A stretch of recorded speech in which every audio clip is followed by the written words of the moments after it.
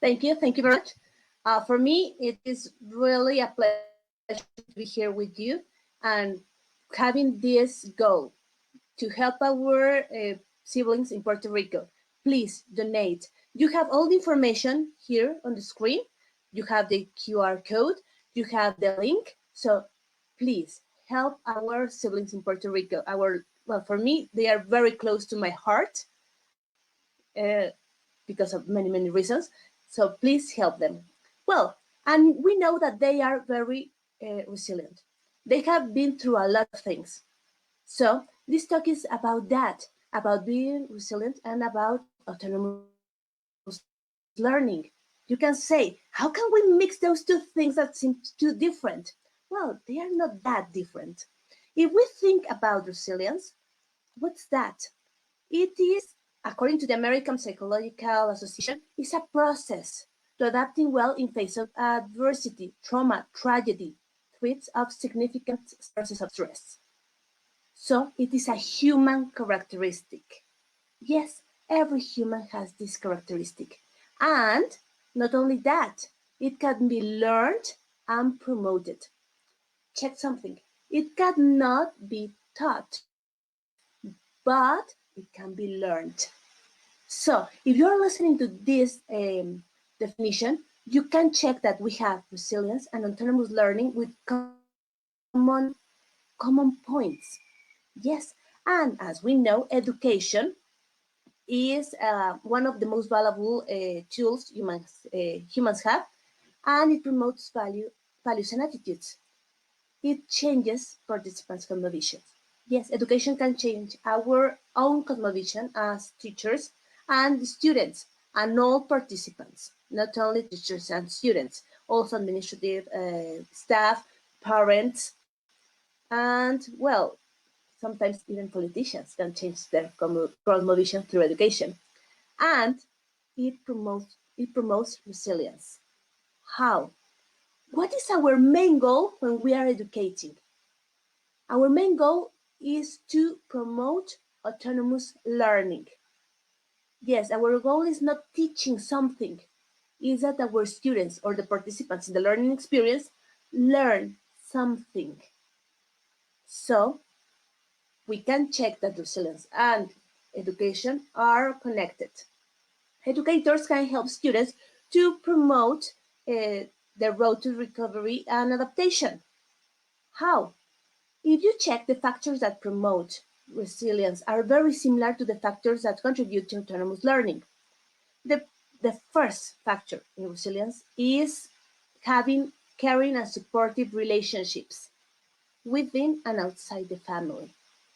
So relationships can create love and trust. They have role models, they provide role models and offer encouragement and help fostering resilience. These kind of relationships are the same that we promote in a classroom, in a healthy, safe, and a good, let's say, classroom. That is a way in which we create good relationships, good rapport in a classroom. So, if an educator is promoting learners' autonomy through healthy classroom environments, well, the educator is helping students in their path to be a resilient person. Other factors that affect learning and resilience, autonomous learning and resilience, are both of them, both processes have the capacity to make realistic plans and take steps to carry them out. Yes, when we are when we are autonomous learners, we have plans. Mhm. And we have organized steps we follow to arrive to our goals. The same with resilience. Another important part, and something that we teachers promote in the classroom, is a positive view of each person, a positive view of yourself, and confidence in your strengths and abilities. This is very important for autonomous learning. If our students really believe they are important, They are capable of doing things. If they feel they have the power to perform different activities, well, they are confident in their strengths and abilities. The same happens with resilience. Once a student or a person in general feels they can do the things, they change their point of view. Of course, it is a process. It is not something that happens immediately. Another point that autonomous learning and resilience share is skills in communication and problem solving. When you check that, it's what we do in our schools nowadays. Yes, we help our students to learn through solving problems that they face in their own contexts. The same when we are creating resilience.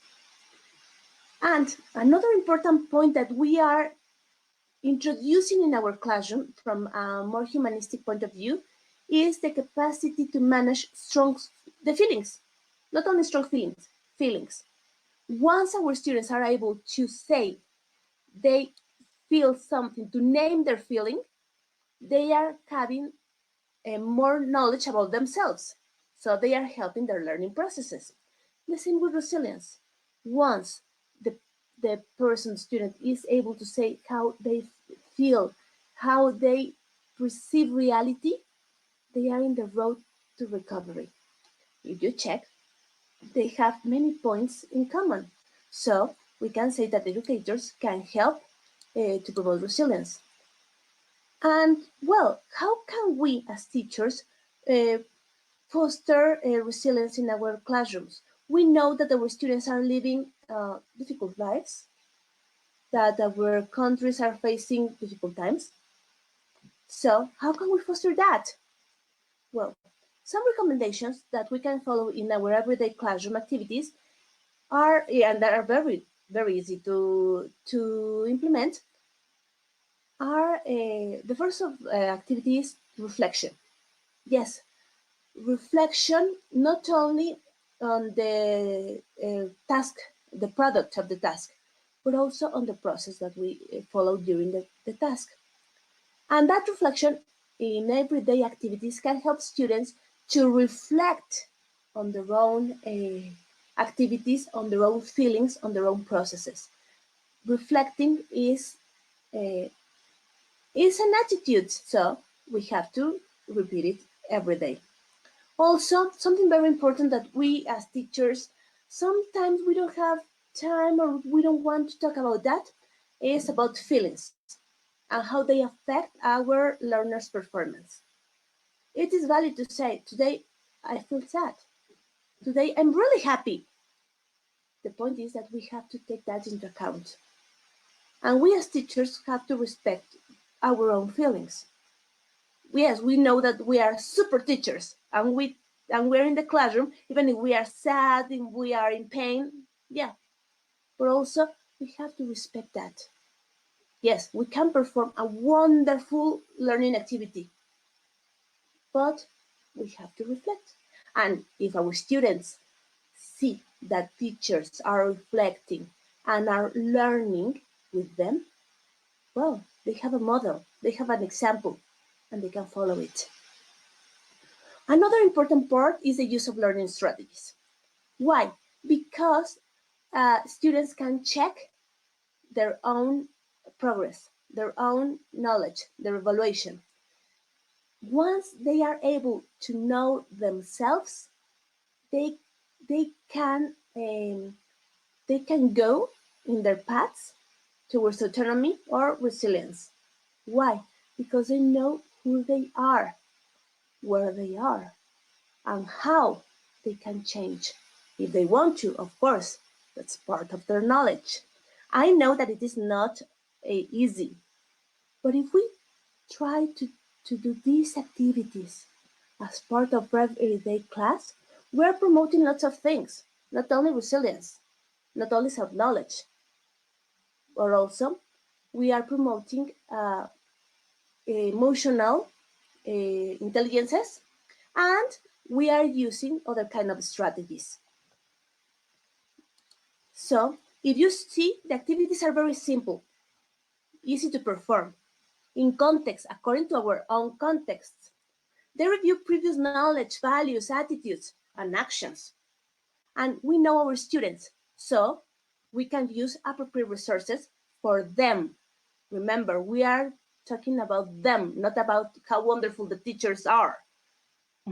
So we can promote reflection, learning strategies, and help our students to be autonomous learners and to advance into path to resilience. At the end, we can promote lots of good things. Thank you. Thank you, Gabriela. That was great. It is really important